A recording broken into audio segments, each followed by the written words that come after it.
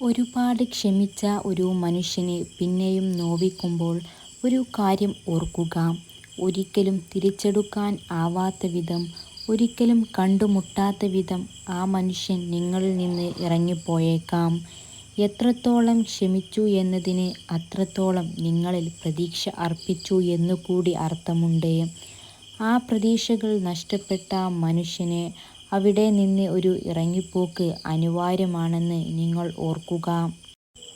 ജീവിതമാണ്, ആര് പോയാലും വന്നാലും അതിങ്ങനെ ഒഴുകിക്കൊണ്ടിരിക്കും. എന്നാൽ ചിലർ പോകുമ്പോൾ, ചിലരെ നമുക്ക് നഷ്ടപ്പെടുമ്പോൾ അത് ഉൾക്കൊള്ളാൻ വിസമ്മതിച്ച് മനസ്സ് പിണങ്ങി മാറി നിൽക്കും. കൈവെള്ളയിൽ നിന്ന് വഴുതി വീഴുന്നത് അറിയുമ്പോഴാണ് നഷ്ടബോധത്തിൻ്റെ തീവ്രതയേറുന്നത്. നഷ്ടബോധങ്ങളുടെ ആകെത്തുകയാണ് നമ്മുടെയൊക്കെ ജീവിതം.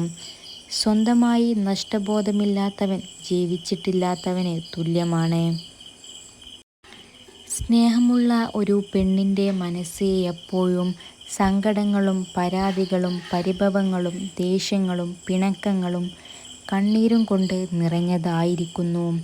അത് സ്നേഹിക്കുന്നവൻ്റെ പുറകെ നടന്ന് ശല്യപ്പെടുത്തിക്കൊണ്ടിരിക്കുന്നു. എത്ര സ്നേഹം കൊടുത്താലും തികയാത്തവർ. കാരണം അവൾ സ്വന്തം ജീവനാണ് സ്നേഹമായി തിരികെ കൊടുക്കുന്നത്. അവഗണിക്കപ്പെട്ട ഓരോ മനുഷ്യരുടെ ജീവിതത്തിലും അവർ സ്നേഹിച്ച മനുഷ്യർക്ക് സ്നേഹിക്കാനും പരിഗണിക്കാനും മറ്റൊരാൾ ഉണ്ടായിരിക്കും. ആ ഒരാളുടെ സാന്നിധ്യം തിരിച്ചറിഞ്ഞാൽ തന്നെ അവിടെ നിന്ന് പിന്മാറുക. കൊടുത്ത സ്നേഹം തിരിച്ചു കിട്ടിയില്ലെങ്കിലും വഞ്ചിക്കപ്പെട്ടു എന്ന് തിരിച്ചറിയുന്നത് വല്ലാത്തൊരു വേദന തന്നെയാണ്. നിങ്ങൾക്ക് വേണ്ടി സമയം കണ്ടെത്തുന്ന, നിങ്ങളോട് സത്യസന്ധന്മാരായിരിക്കുന്ന, നിങ്ങളെ ചോയ്സുകൾ ആക്കാത്ത മനുഷ്യരോട് അടുപ്പമായിരിക്കുക. അവർ ഒരിക്കലും സങ്കടങ്ങൾ സമ്മാനിച്ച് കടന്നു പോകില്ല. മനുഷ്യർ സ്വാർത്ഥരാണ്. ഒരു പരിധിക്കപ്പുറം ആരും നിങ്ങളുടെ കാര്യത്തിൽ താൽപ്പര്യപ്പെടില്ല.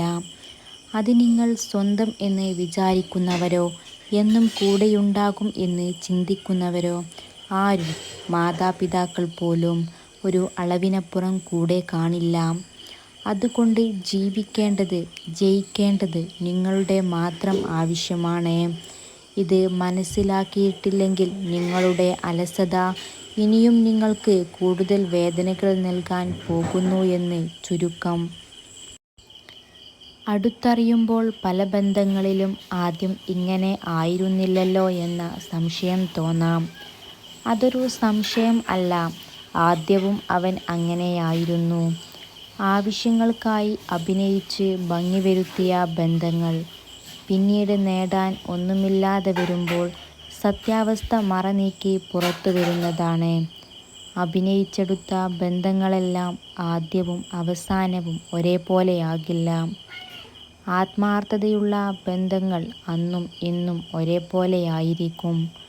അഭിനയം കൊണ്ട് വഞ്ചന വിതയ്ക്കുന്നവർ ഒരിക്കലും മറ്റുള്ളവരുടെ വേദനകളെക്കുറിച്ച് ചിന്തിക്കില്ല.